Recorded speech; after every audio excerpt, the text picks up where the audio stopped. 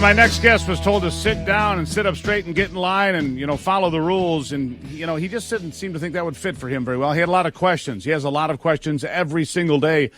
And he demands answers. And thank God he does. Tom Fitton is the president of Judicial Watch. And without his questions and Freedom of Information Act requests and so forth, we'd be in the dark about a whole host of things. Tom, welcome back to the program. Hey, good to be with you again. Thank you. Good to have you here. Let's start with the importance of the vacancy on the United States Supreme Court. Obviously, the courts have become the last line of defense for this country in many regards. The president has filled over 200 federal seats on the benches. How important is this, and what do you think should happen? Well, it's important. It's a lifetime appointment on the most important bench in the country, the Supreme Court. It's absurd to suggest that the president and the Senate, both of whom are controlled by the same party, would jointly decline to fill the seat. They're going to fill the seat, and they should. They should do it before the election. And it's going to result in a firmer, longer-lasting conservative majority on the court. Right now, on most issues, it's 5-4. Not every issue, because Chief Justice Roberts doesn't vote the right way all the time, and some other judges sometimes go the wrong way.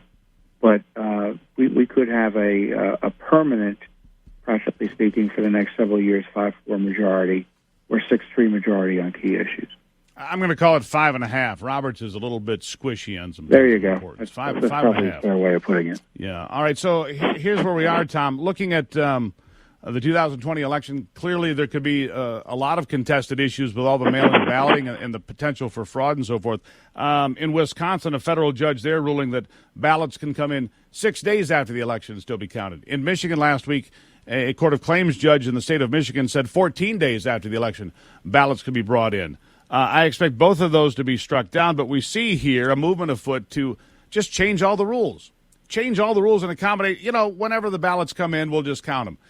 It doesn't make sense, and that's why the federal courts and judges are so important, correct? Oh, that's right. And some of these cases may go up to the Supreme Court even before Election Day, which makes having a full court all the more important. And after Election Day, there's going to be a lot of fighting, potentially, if the race is close. The Biden campaign has essentially promised that they won't concede, and they'll battle on every front. And so you want a full complement on the court in order to deal with these challenges. I know the left is complaining that's, and I don't necessarily blame them for playing the political, following their what's good politics for them. They're not going to say, hey, yeah, Trump and the Senate should appoint a Supreme Court justice who we oppose. So what else would they say other than hold off until after the election? Yeah. But they really don't have much leg to stand on. They try to impeach and remove a president during an election year. I encourage them to do so. We can appoint a justice. Yeah, I encourage them to try to impeach the president for the second time this year. I think it'll go well for them at the polls. Please do follow that track. Well, they already did it. They already did it. I know that. If we forget, they did it. Well, I understand that, but everybody else forgot. I think that Nancy should bring it back to the table. You file all of these Freedom of Information Act requests, and I see them on a regular basis. One of them here caught my eye today, though. A fight between Joe Biden and a Secret Service member. Apparently, the records have been disposed of, but you're looking for them. What is that all about? Yeah, there was a story that he allegedly groped a girlfriend of a Secret Service agent at a Christmas party, and the Secret Service agent had to be held back, and it almost came to fisticuffs. Yeah, and so we asked for records about it, and I didn't know if the story was true. It was one of these, sources say stories. Sure. But then the Secret Service tells us that they had destroyed any records about the incident, which kind of means that the incident took place. And magically, it was just for clarification. They didn't want to give it to us, so we sued. But it was an unusual response, and so that's why we're in court about it. I don't know if it happened, but the Secret Service suggests it did. Let me ask you this. Tom Fitton, president of Judicial Watch, on to bigger, more important things, that being John Durham, the Mueller team erasing and somehow putting back to factory settings, all of their cell phones magically, that they all couldn't figure out their cell phones and deleted them because they couldn't remember their passwords.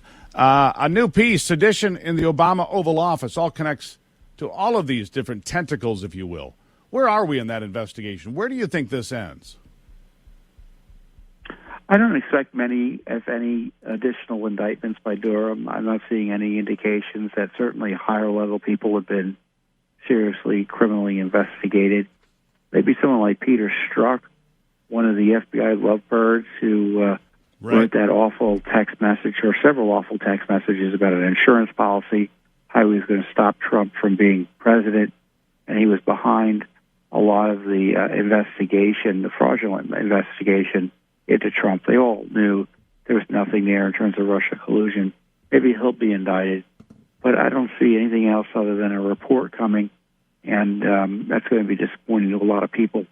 Especially in light of all the evidence of criminality. I mean, for instance, just look at what happened to General Flynn, where they all knew he didn't commit any crime, didn't lie, and yet tried to prosecute him and put him in jail anyway. So you don't expect any other criminal indictment. So that's going to be greatly disappointing. Do you expect to hear that before the election, after the election? Any idea? Oh, I don't know. We may get a report before the election. Maybe there is an indictment. Strzok was asked the other day on CBS News if he was a target, and he refused to answer. But, it may be too late now to indict anyone for Election Day. Technically, there's no problem with doing so, but the Justice Department may be hesitant to do anything because of the political uproar just before an election. But the big three that people want to know about. Either way, it's really outrageous that they haven't done anything to date. Yeah, the big three that people want to know about, Comey, Clapper, Brennan, you see nothing happening there, reading the tea leaves. No, and really that's I don't. Lindsey Graham wanted to have him testify in the Senate at the end of the month. He wouldn't have even asked if there was any serious issue about him being indicted. Well, that is disappointing. All right, so before I let you go here today, Tom Fitton, president of Judicial Watch, always have to ask you this, because if I don't, at 2 o'clock this afternoon, I'll look up and say Judicial Watch breaking news, because you're doing it all the time, and I congratulate you on that. What are you working on? What might we see coming out of your press room sometime soon? Oh, I don't know. We're still very much focused on this election integrity issue, so there may be more there. We're always getting new documents about Strzok and Page and Obamagate. We're not waiting on Durham for a lot of this. Right. One thing that might upset some of your listeners is we've asked emails about Dr. Fauci and his communications with WHO and about China and coronavirus. And they just told us they don't want to turn over anything at the last of the election. I lost you a little bit there. You faded just a little bit. But Fauci, they're not going to turn over any documents before the election. All right.